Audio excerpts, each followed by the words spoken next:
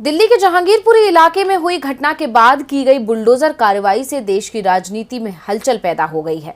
विपक्षी दल लगातार मोदी सरकार पर निशाना साध रहे हैं और सरकार के तानाशाह रवैये की आलोचना कर रहे हैं। जहां एक तरफ पूरे देश में ये मुद्दा गरमाया हुआ है, तो वहीं अब ये मामला पूरी दुनिया में मोदी सरकार की आलोचना करवा रहा है। आखिर कैसे हो रही है पूरी दुनिया में मोदी सरकार की किरकिरी और क्या कहना है अंतर्राष्ट्रीय मीडिया का, देखिए इस खास रिपोर्ट में। उत्तर प्रदेश से शुरू हुई बुलडोजर कार्रवाई अब धीरे धीरे बीजेपी शासित सभी राज्यों में की जा रही है और इस कार्रवाई का इस्तेमाल एक विशेष समुदाय को डराने के लिए किया जा रहा है।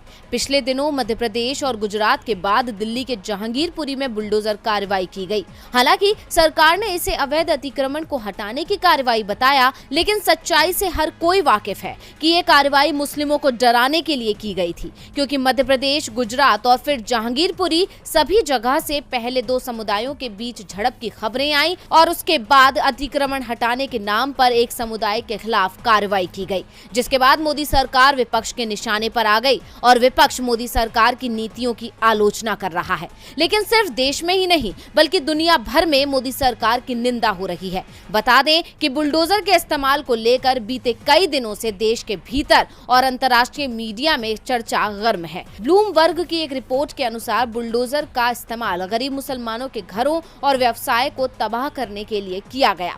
रिपोर्ट में लिखा गया है कि आलोचकों का कहना है कि भारत की मोदी सरकार ने अल्पसंख्यक मुस्लिम समुदाय को डराने के लिए बुलडोजर का इस्तेमाल किया।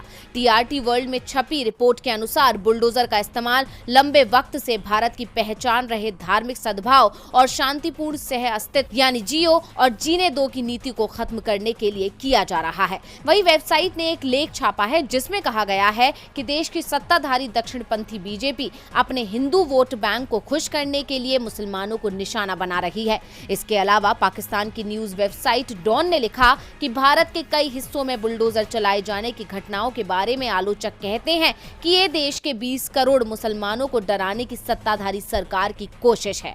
हालांकि मोदी सरकार इन सभी आरोपों को खारिज कर रही है, लेकिन सच सबके सामने है और ये पहला मौका नहीं है जब मोदी सरकार की दुनिया में किरकिरी हुई हो। इससे पहले अमेरिका के विदेश मंत्री एंटनी ब्लिंकन ने भी भारत को चेतावनी देते हुए कहा था कि वो भारत में बढ़ते मानवाधिकारों के उल्लंघन की निगरानी कर रहा है। यानी मोदी सरकार की नीतियों की आलोचना अब दुनिया भर में हो रही है।